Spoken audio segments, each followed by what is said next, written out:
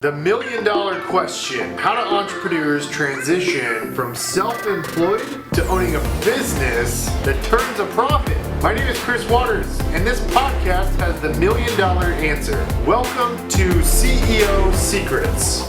Hey guys, it's Chris Waters, the host of CEO Secrets. I am excited to bring on a guest today, the founder and CEO of LionDesk, which is a prominent CRM solution serving the real estate industry and the mortgage industry. Our guest today is David Anderson.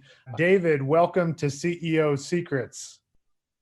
Hey, Chris, good to be here, man. And it's a nice sunny day here in San Diego, and hope all's well in Austin and for everybody else. Yeah, we don't have quite the beautiful weather like you guys do have in San Diego, but, considering it's almost Christmas, I was in shorts yesterday on Sunday afternoon grilling outside, but it'll get cold here in January and February. I mean, look, you guys win the award for the best weather. Who am I kidding? Oh, we pay for it too, though. It's true. Yes, you guys do. So David, you've got over 40,000 real estate agents on LionDesk. That is a really impressive number, especially considering, you started the company in 2015. I mean, that's some crazy growth. I'm sure there's a lot of people watching this right now that are familiar with your platform.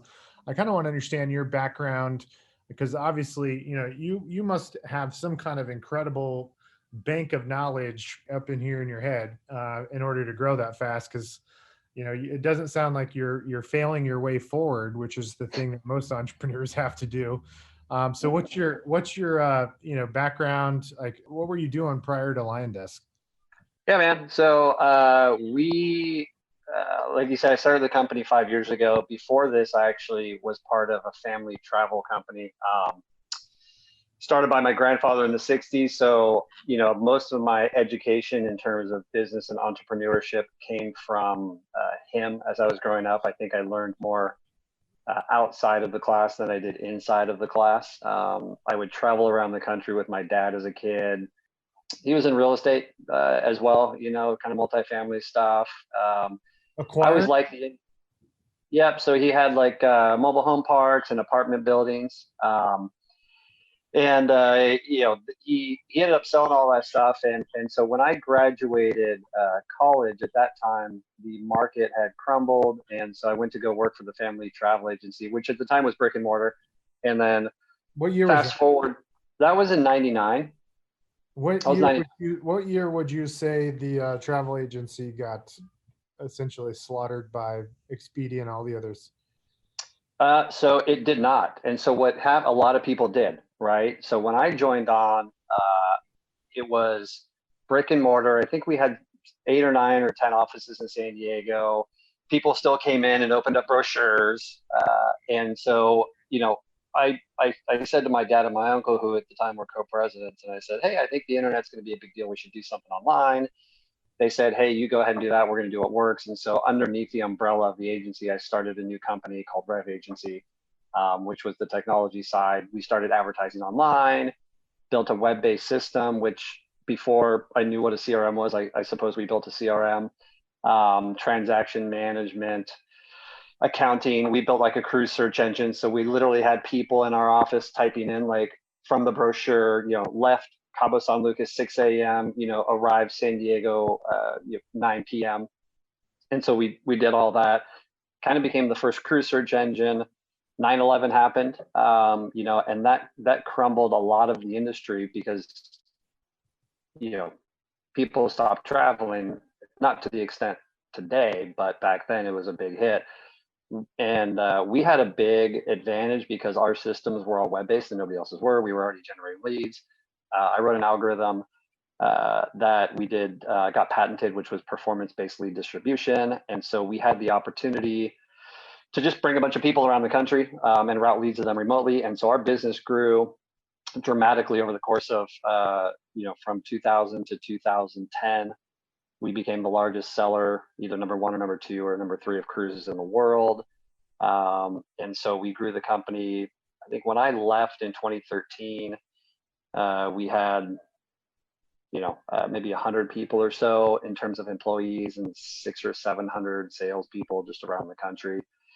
And I left because, we got to the point to where it was a big company, and we were making a lot of money, and the people who were there, I basically wanted to fire myself, right, as like any CEO should do, and found out that what I really wanted to do was, what I really liked to do was start things from scratch, right, and build. And so that's exactly what happened. Left the company, took about a year off, and started LionDesk, and that's the background. That 13 years you just summarized in 60 seconds. I got to unpack that for a minute. So the brick and mortar side of the travel business, did that get crushed, and then the web-based side like blew up? Yes, exactly. Yep, brick and mortar. So we had competitors that were buying leases, and I was like, what are they doing? They thought we were crazy. We thought they were crazy. And it changed everything because, there was Expedia, but people, we had SEO, that we had done. And you couldn't search for a keyword at the time without us being number one or number two, like Caribbean cruises. So so it sounds like you basically saved the family business. I'm not going to say that. It was a team effort. So did you come from a tech background? Like, how did you learn how to build software applications, and you just figure it out on the fly? Back in 99, I don't think there was like an Upwork.com where you could hire programmers in the Ukraine, for $20 an hour like that. There was not. I had my degree in business in Chinese, actually. I actually lived in China for a while, so that's a whole other story. But I took one programming course with my dad when I was 13, which was Turbo Pascal at the time. And then just picked up a book and started reading programming, man. That's all I did. I just, it was like, well, I think this is cool. And I always liked computers. When I was a kid, I was pretty technically savvy anyways. I was part of a little hacker group when I was in high school that my dad busted me for, which in hindsight, one of the same guys I was in that group was actually Tom from MySpace. So he ended up doing pretty well, selling his company for $600 million. Yeah, that's cool. But yeah, man, just kind of hacked around, and just built it all, and just learned. Did you do it all yourself, or did you start hiring developers to help you? For the travel company, hired a guy who's actually still I'm friends with today, who actually helped me with LionDesk. And when I started LionDesk, the code that we used, it was him and myself that did all the programming. And then now we've got a team of developers that are 10 times smarter than I am. And in fact, we've redone all of our code base anyways on LionDesk from when I first started it. That's fascinating. So it's kind of like Elon Musk's story a little bit, like Elon learned how to program and everything. But Not quite. But you know what I mean? Like, you know what I'm saying? It's like you got a degree in business. It wasn't in like computer science. And then you just like dug in and started reading out of a book how to do it, and started developing, I guess, the front end and back end to execute on the travel business. Yeah. Everything, you can learn everything for free at this point. If anybody wants to learn how to program, if they like it, they can do it for free. You don't need to go to school for a lot of this stuff. What were your? And I did like it. Yeah, go ahead. What were your great? Okay, so like you picked up this incredible knowledge base from 99 to 2013 on how to program. I'm assuming you got a team underneath you at some point to help you in that business. So you started learning how to like run the teams and whatnot. And then in 2013, you realized I want to go, you enjoy going 0 to 1 versus 1 to 10. You like getting stuff off the ground. What was the gap in real estate? Like, in 2013, Boomtown was around, Commission Inc. Was around. That company, the guy from Howard Tager had just sold his company to Realtor.com, the CRM. Like, from my perspective, the real estate CRM space is pretty crowded. And there's been a lot of players. Like, what was the gap you saw back in 2013? I was at the Inman conference in 2014, which was the first real estate conference that I went to. Did you go there because you wanted to be in real estate, or did someone tell you should go check this out? No, I went in because I was like, I always, like I mentioned, my dad was always in the business. My sister's a realtor, and my stepdad was a mortgage broker. And so the nexus of it was really like, maybe I can do something to help them out. Because I was still trying to figure out, like, what am I going to do now, right? I even looked at like random things like a Dunkin' Donuts franchise, man. Like I just went all over just like checking stuff out, right? Like, what do I want to do? And I didn't do Dunkin' Donuts because I didn't want to wake up at 3 a.m. when somebody called in sick. So I was like, okay, check that one off the list, right? But I went up there and dug around, went to all the different events and looked at all the tech that was out there. And you're right, Commissions Inc. was out there. Boomtown, great products. And I think the thing that I wanted to build, although the CRM was kind of the core component of it, I really wanted to build, something that was not an all-in-one. It was really a standalone, but then plugged into all these best-in-class services to create kind of this platform, right? Because there was a ton of really cool products that were there, and still are every year. Like, people are coming out with neat stuff all the time. But the problem is a lot of these products are individual, and as a broker or a team leader or a agent, right? Like you have to figure out like, this is my tech stack and it's all over the place. But in reality, what you want is all of that information in one area. So, Boomtown had the website plus CRM, but if you wanted to separate that out, what were your options at the time? Top producer was really it, right? And a couple other ones. And so, I don't think I tried to reinvent the wheel. What I really wanted to do was just create, a really high value product for a low cost, right? Because everything else was really expensive as an all-in-one. And then work with all the other tech companies to try to come up with this highly integrated platform where from a client's perspective, or from one of our clients, so from an agent's perspective, everything was there on the profile, right? Website visits, cloud CMA, transaction data, like all that stuff.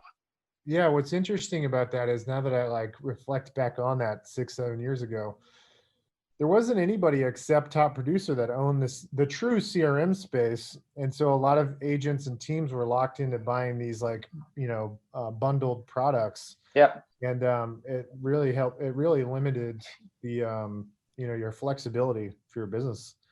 Oh yeah.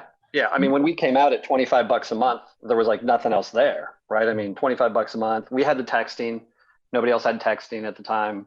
And it was just like a lot of everything, right? I mean, timing, and a little bit of good luck, and we were just kind of at the right place at the right time with the right product, which is really what you need to start taking off. There's a great book out there I love called 0 to 1, written by Peter Thiel. And what he says have you read that book? Mm-hmm. 0 to 1? I have not, no. So what Peter says is like, if you're going to go into an existing industry, you need to create a new category or improve on an existing category by 10x. And so I guess now that I'm like, listen to you, it makes sense. Like the category you wanted to go in and own was a CRM category, not this bundled category of front-end facing website, et cetera. So that's fascinating. And obviously it worked out incredibly well because you've got over 40,000 agents on the platform now. So something you mentioned earlier was about the integration side. And I find that interesting because, like, as you mentioned, real estate technology is incredibly fragmented. There's like a solution to fix everything. I think Inman News is tracking, it's either Inman or Swanepoel is tracking over 2,000 real estate tech applications. And, it seems like the big missing link is integration. And probably the greatest thing I have found on the integration side that's real estate focused is a product called RealSync. I believe they integrate with you guys too, right? They do. Yep. Yeah, we're using RealSync with our group in Austin. That's been a game changer for us. I went down the expensive path to building out Salesforce back in 2015 because I didn't know about LionDesk. I didn't know about any CRM that didn't force you to have a front-end facing website. So we built out Salesforce, and we have a robust Salesforce instance. And if I could have gone back in time, I probably wouldn't have done that again. I would focus on getting a CRM that's just a CRM, and then using an integration tool like RealSync to connect all the applications with bi-directional syncs.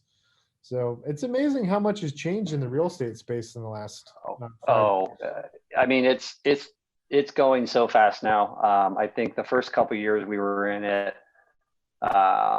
was accelerated, but then the last 24 months has just been wild. I think there's going to be a heck of a lot of consolidation, not just on the tech side, but on the broker side, on the agent side over the next 3 years or so. And it's hard for, I mean, the biggest problem for new products and still even for us, right, is that distribution. You know, I mean, we've seen a lot of failures over the course of the years. Like, you can have a deal with NAR, right? And you think like, oh, that's the golden goose. But then if nobody uses your product, then, you know, what do you got? And then you have these really cool, neat little niche products, but they really fit better inside of an ecosystem. And that's kind of our goal, right? Like, how do we build this real estate ecosystem that allows flexibility, but also ease of use at a really low cost for everybody to utilize? And I think that's you know, kind of the bigger term goal of putting all that together, so you can, you know, have everything that you need.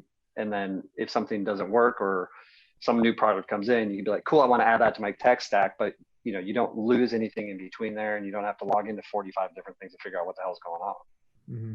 So are you guys working on a like quasi app store, if you will, like iTunes, where people can plug and play applications to CRM? Yeah, so we've got like a pretty basic marketplace, and we integrate with like RealSync, right? And I think those point-to-point integrations are good. You need those in order for data sharing, right? Because then you're going to have like duplicate entry, you know, if you have to type things in both sides at different times. But, you know, our goal is to have like almost like how Salesforce does, right? Where you can have this singular system where you can plug and play apps that are connected. And a lot of these smaller companies, you know, and frankly, we're a small company, but a lot of these smaller companies than us, they don't have the dev resources that, you know, other companies who are tying into Salesforce would have. So it makes it a heck of a lot more difficult to plug in really good third-party products unless we do the development or unless somebody RealSync does it. But I mean, I think that's the goal, is to have this, you know, unique experience where if you're on a consumer profile and you want to launch a home bot, right, or look at your website visits from your website vendor, like, you should have all of that on your profile, and then filter it too. Like, show me everybody who's been to my website the last week, save 2 properties that I haven't sent a text message to. Like, simple stuff like that we can do today. But there's a lot more things that we're working on in the future to really tie it all together. Is this like, you know, our goal is to be that de facto standard CRM in real estate. We have a long way to go, right? But that's the goal. I saw that Salesforce, they completed one of their largest largest acquisitions to date. I believe it was for 6.4 billion or something like that a year ago. They acquired a cloud-based integration platform like RealSync called MuleSoft. I guess to help improve the you know, their ability to scale integration across all these applications. You were mentioning something earlier about like M&A and stuff like that, the industry consolidating. Do you see, like, what does that consolidation look like on the tech side? Does that look like, for example, like, you know, LionDesk and RealSync merging or something like that? Or does consolidation look like the brokerage, these big enterprise brokerages, like acquiring CRMs and bringing it all in-house? Like, what's that consolidation look like? Yeah, I think that, you know, ideally there's flexibility. Well, let's go back. Agents switch brokerages, right? You know this. I mean, they're going to go from one brokerage today to another brokerage in 3 or 4 years, right? And so the goal for the agent is a little bit different from the broker. But you're going to have these big franchises. You already see it with Keller Williams. They're building all their own stuff, right? They've got Command. Compass put a bunch of money into Contactually, which was one of our competitors, right? And they're going to just try to build out their own stuff or acquire. And then you're going to get, you know, the EXPs of the world. And so the big guys are going to have to do their own stuff. But then where does that leave the other half of the business that are independents, you know, or smaller boutiques or smaller teams? It's like, okay, well, you know, what are they going to use, right? And although we have a lot of KW and EXP and Compass agents using our system, you know, the other half of the industry where, you know, we're spending millions on development, right? Where a small independent broker or just a small team can't do that. And so on the consolidation aspect of it, I do think that there's going to be, at least on the top end stuff from like a lone wolf or some of these private equity companies, they're going to start scooping things together and try to package it in. And that will work, you know, up until the point where they get so big that it's hard to actually get that product right for the consumer. And then they're going to own everything under one house, which then gives the other problem, which we're in today, which is you now have a quasi all-in-one when you really just want flexibility. So, we're not going to acquire anyone, but unless something comes along and like it fits really really well. But for the most part, we just want to partner.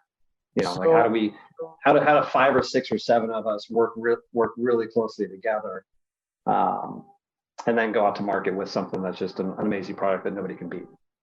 So you said earlier you're the 0 to 1 guy, getting something off the ground and like building it, and that's what you enjoy the most. If Glenn Stanford at EXP came to you and wrote you a check for $200 million, would you take it and sell the company? Yeah. You would. Yeah. I think so. Now, if somebody else came to me with the same amount, it would depend on who that person is, right? What's the vision?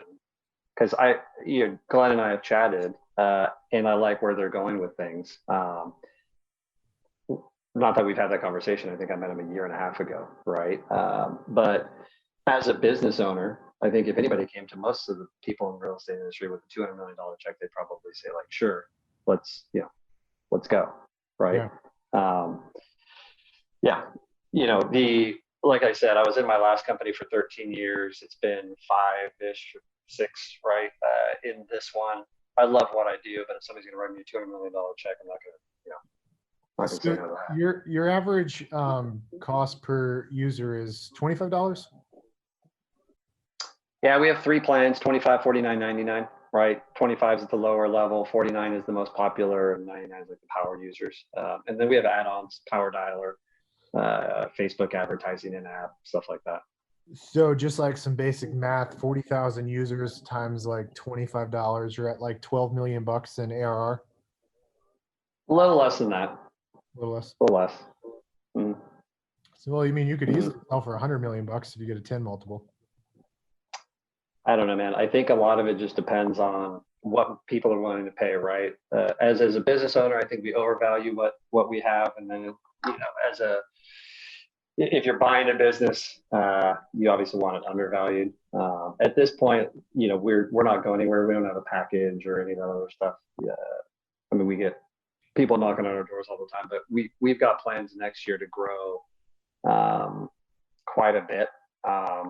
With a good strategy that our team's put together. We've got a really smart executive team, and they're really hardworking, and everybody else on the group is, everybody understands kind of what we want to do and where we want to go next year. And that's really all we're focused on at this point. Mm-hmm. Cool. So you're in San Diego, very expensive place. We talked about California. On the developer front, do you have a team of developers offshore? Are they in another country? We have a few guys here. We've got a handful of employees that are actually up in Vancouver, believe it or not. And then we have some on near shore, actually down in Mexico, of a dozen or so down there, which is actually pretty convenient because pre-COVID, I would just go down and visit the offices once every couple of months because they're just right there and on the other side of the border in Tijuana. Cool. I want to dig into some little details specific to being a CEO, some things you've picked up along the way for our audience that's listening, and they're out there crushing it as an independent agent, or maybe they're starting to build a team but they're struggling. What would you say is like what's been the greatest secret for you to scaling your business really quickly? I know it's in technology, but like what do you think is the greatest secret to building a successful organization? What would you say is like the one thing that is, as Gary Keller puts it, one thing that makes everything else unnecessary? Although I think technology is important, there's a lot of really good technology that ends up failing, right? And so, yeah, it's a piece, but the biggest piece for us was just the people. I've always tried to find top tier talent of people who were better than me, right? As a business owner, because we start with as one at a particular task or multiple tasks. So operations, sales, technology, right? And if you can find a strong group of people that believe in the vision, then you can have a decent product, and obviously it has to have value and people have to like it. But, the ideas that we get and what we're getting done is not because of me, it's because of the people that we've been able to bring on board over the last, 5 years. And that's really it. I think a lot of the hardest thing is getting that first person, right? My little sister is a business owner, and we all do, as individual business owners, everything, right? I mean, I'm up even now, I'm up at 5 every day, working all day, thinking of things, right? Weekends. And the hardest thing is getting that first person to help you. And you have to balance, obviously, how much money am I making versus what are they bringing? And then building a team of 10 is incredibly hard. And then going from like 10 to 30 is actually not that hard, right? And then from 50 to 100, that's kind of another leap there. And so getting the key people in the key positions early. And we had to go, I had to go through a couple of people because I was like, okay, that's not the right person, and that's not the person. Then you find one, and then that core group of team members that really get along well, that communicate well, that understand the vision. Like, that's probably the most important thing that I can say in terms of growing a company, is just that first group of people that you can hire. You brought up something fascinating. So in the book I published about 2 years ago, The $1 Million Real Estate Team, we talked about, the whole book is predicated on this idea that there's these unique phases to the growth curve as you scale. And there's different levers you have to push in each department as you scale. And so something you just hit on that I hope people heard that might, for somebody that's ignorant, and I'm that ignorant person. I was that ignorant person as I scaled up that curve and failed my way forward. But something you touched on just now is about, like, there's very specific things you have to do on the personnel side as you scale. So I want to ask you something. So specifically, from going from 1 to 10 people on your team, how do you go from 1 to 10 when you're bootstrapping? Like, how do you get somebody super talented to come on board? Like, what's the X factor behind them? How do you get them? So you have to be able to not pay yourself for a while, right? And I think obviously that's, scary. And when you are starting to bring in the revenue, you can't overpay you're not gonna be able to pay somebody 200 grand a year, right? And so you're gonna have to find the person who's gonna be willing to believe in where you're going and give them, kind of future options, basically like, hey, if this works out, which we think it is, not only will I end up paying you more, but, there's always the equity portion of it, right? And so the way that we're structured, some of our executives, could easily get paid more in other places. But, if we have profit sharing, right? Like EXP is great. That's a great example, right? I mean, hey, get the profit sharing. KW, same thing. And so you can get creative as a business owner, to say, listen, if you're able to increase my bottom line revenue by X%, then I'll give you 10 or 15 or 20 out of that, for the first year in order to compensate for a salary. So, we were bootstrapped. And for us, it was just about doing everything that I could, all of the own, like getting my first programmer, for example, that I brought on board, sweat equity. I'm like, hey man, I don't have any money to pay you, but I'll pay you in a year if this thing works out. And I know the guy for 20 years. And he's like, okay, cool. Did you give him equity? So like that was, no. So he just wanted to, he actually didn't want the equity because all he wanted was just like, just pay me later. He was too busy. And he didn't want to like put in the hours, right, as like a co-founder would have had to. And so I just said, hey, I'll end up like, I'll pay you what I can when I can, keep a bill, and then we'll just, put it towards the future. And he was like, okay, that sounds great. Now that's unique and that's hard to find. So the thing that, if I were to isolate this that I'm hearing, is the greatest secret of going from 1 to 10 is your ability to cast a really large vision as a business owner and founder, and then get people to buy into that. I think that's a big part of it. I think it's a really good part of it. I mean, the key executives that I hired, I didn't recruit. I met them, right? I talked to them. I found out what their experiences were, where they wanted to go, right, in their lives. And if it matched up with what I thought that we could do together, then I would, say, hey, let's work together. And I think I've been really lucky over the last few years to find really strong people, and in our sales, operations, HR, marketing, and this is probably the only year that I haven't been able to go out and meet new people, and so we haven't brought on any executive staff, although I'm not sure we need any more at this point. But it's key. I mean, your people have to believe in what you're doing, because everybody can find a job, and a lot of people will work for less, if they believe in something that's really big. And not that I pay my people, low salaries, because they all get paid really well. Um, but I think that's the hardest part, man, is finding the right people. And then once you do that, then you can rely on them, while as the CEO, you're thinking about where should we go in 12 months, instead of, let me process payroll. So to summarize what you said, which I think everybody that's listening to this knows, it's all about finding the right who. But to find the right who, you're going to, number one, have to take a setback in your personal income to hire the right who. And then three, you're going to have to do a really good job casting the vision of where the business is going to get them to buy into the purpose of the business. Yep. And I think it's in finding the right who, you also have to take a step back to figure out, what are you not good at, and what hole do you need to fill, right? And so, although I like programming and I like development, there are better people than that. And although I enjoy sales, should I be out there selling all the time, right? And so you keep finding these things as you bring on individuals, and as they increase your growth of your company. And each hole that you fill, that person, like I said originally, like, I want to fire myself as the CTO, as the COO, as the CMO, right?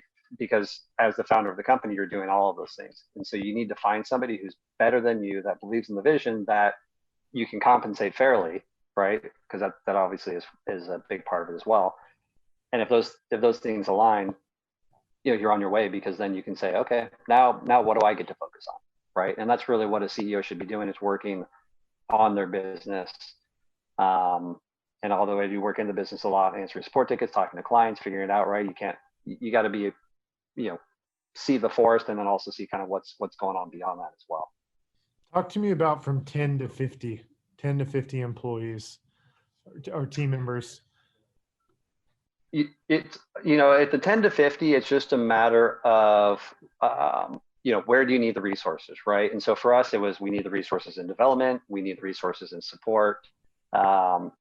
And a lot of it just happens to come down to, what's the ROI of these individual departments, income and expense ratios, right? And so you're past because you have that core group of people, right? And the core vision, and the values of the company are instilled by our executive team. It's easy for them to find the right people after that, because they know what I want, and then their people know what they want.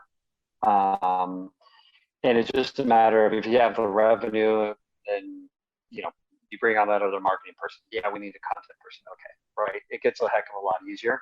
And then from 50 to 100, that's when you start having, a less of a direct connection with everybody in the company, right? So you're not small anymore. But that's why the first few are so important, to instill not just the vision, but also the values of the organization.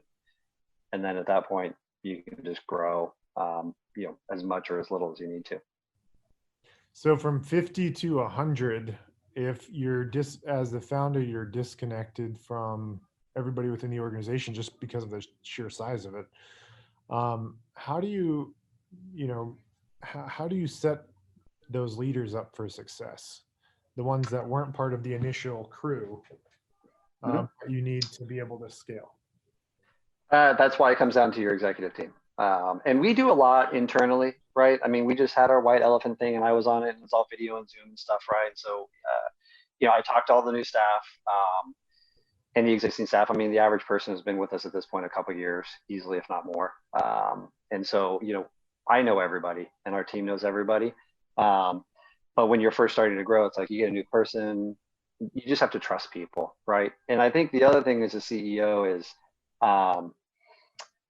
the growth really comes when you get out of your comfort zone, right? I mean, it's a mental decision to say, okay, although I'm comfortable being where we are, I'm not going to find out where we can go as a company or where I can go as an individual unless I get out of my comfort zone. And it's that decision that you just have to keep thinking about as you're growing. Like, okay, we've got a good business, we're making money. How far can we push it? And I think a lot of it just comes down to the individual leader or the owner of the company with really how far they want to push it. I mean, look at Elon Musk, sold PayPal, gambled everything, 100 and something $1 million, right? And he's one out of 7 billion people, right, that can actually do something like that because he's brilliant. But I think for the rest of us, laymen, right, around the world, like, there's only so much we can do that our brains can handle and process. But I do think a lot of it just comes down to, man, are you willing to take this risk? How much risk are you willing to take? Because that's a big factor of it. And if you're willing to take the risk, hopefully you make more good decisions that are bigger than the bad decisions that are small, right? And I think that's really, if you can do that, then you're just going to keep climbing your way up. Is Elon Musk an alien? I think so. For sure. I mean, we're all in a simulation anyways, man. So what does he do? What does it even matter? That's awesome. You're in the technology space, in real estate. I know you guys also service mortgage. Like, what's something that you see on the outside that you think more people on the inside should be aware of that they're not aware of? Like, what's some real estate agents or broker owners or like, what's something you're aware of on the technology space that they're clueless on that, you think is that maybe, they like a misnomer, right? Like what do you, I don't know. I don't know if I'm that in tune to everything. I think what's going to end up happening is, there will be, and we've already seen it, this kind of commission crunch, right? Coming from the travel industry, it really gave me or gives me, I think, a unique perspective, because you mentioned, when did Expedia crush the industry? Well, it got rid of a lot of people. Our business grew from $10 million a year to $300 million a year, right? Over the same time when a lot of people got crushed. And so, times of opportunity or times of change or times of opportunity. And so as things are changing in the industry, real estate agents aren't going to go away because people are making a huge decision and they need somebody to blame. I mean, that's really what it comes down to, because if something goes wrong and you did it yourself, or we're online and just bought something, then your husband or wife's gonna be like, what the heck did you just do?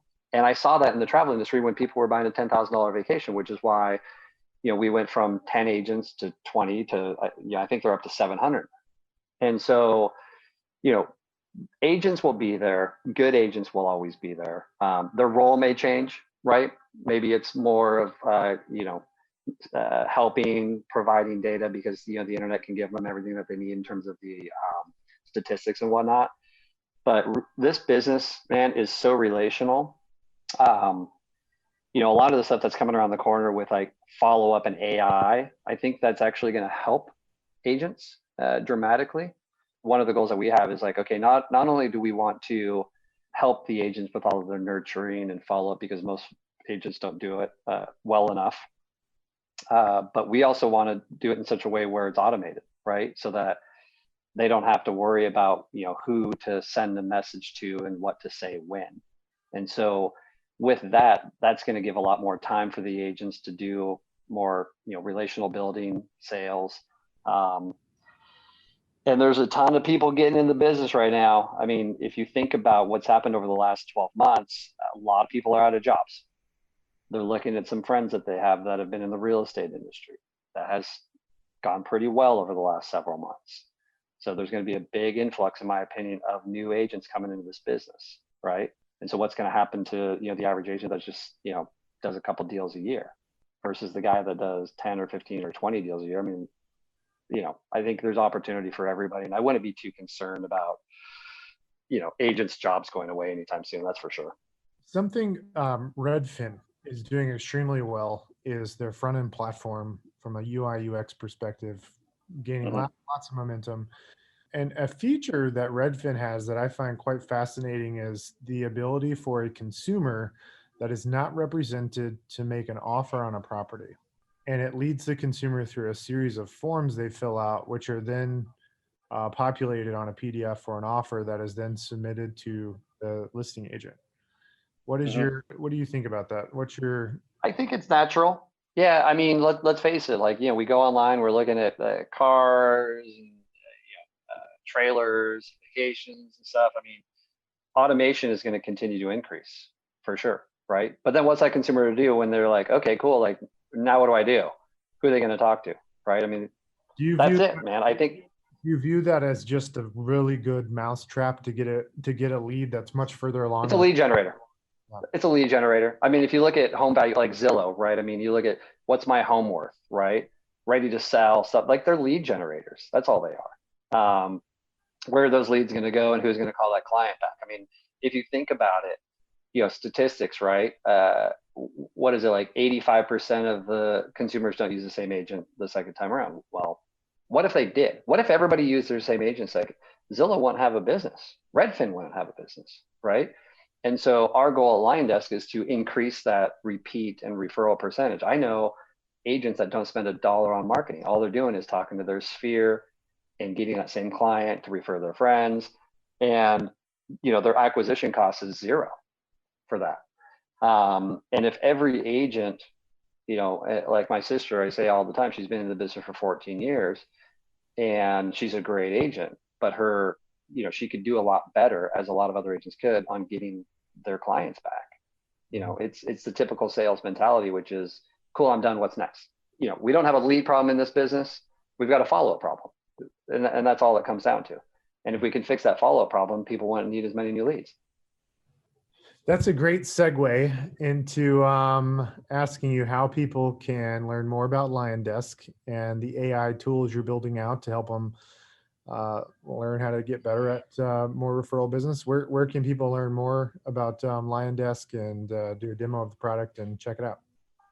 Yeah, liondesk.com, singular on the lion. And then I think you can sign up for a 30-day trial right there as well. So we offer a free 30-day trial with full package. And we do follow up with our clients. We actually use our own system. We use LionDesk internally to nurture all of our leads because we want to show everybody that it's flexible for everybody. We offer demos.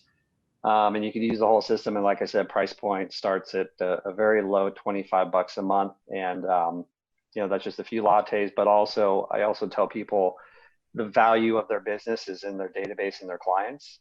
And I think that, which is why we have the CRM. And if you can maintain your client list and improve that, there's nothing more valuable. And so, yep, liondesk.com. David, this has been an incredibly insightful interview. I really hope people take away those little nuggets about how important it is to cast vision in those early stages of building your business and adapting your initial executive team and learning that you're going to have to let go of immediate gratification and take a cut in your pay in order to find other people, and then the importance of developing leaders from 10 to 50. So this has been great. I'm personally, I'm really excited about the stuff guys like you are working on, because I agree with you specific to the AI stuff. It could really make the job of an agent easier to help with the follow-up. So you spend less time chasing people that don't even want to call you. So anyways, I appreciate what you do in the industry. For you guys tuning in to CEO Secrets, if this is your first time, be sure to hit that subscribe button. David, thank you again for being on the show. And we'll put the show notes in there. Let everybody go check out LionDesk, do a demo. Congratulations on all your success, David. That's unbelievable to in 5 years get 40,000+ users on your platform. And so we appreciate you and all you're doing for the industry to level up our industry. Yeah, man. Glad to be here. Thanks. And here's to 2021. For everybody around the industry, there's gonna be a lot of good stuff coming out, and I think we're all excited to start anew here. That's right. Well, happy New Year's to all of our listeners on the show. Be sure to tune in next time. Thanks again for everybody tuning in to CEO Secrets. Thank you, David, and we'll catch you guys soon.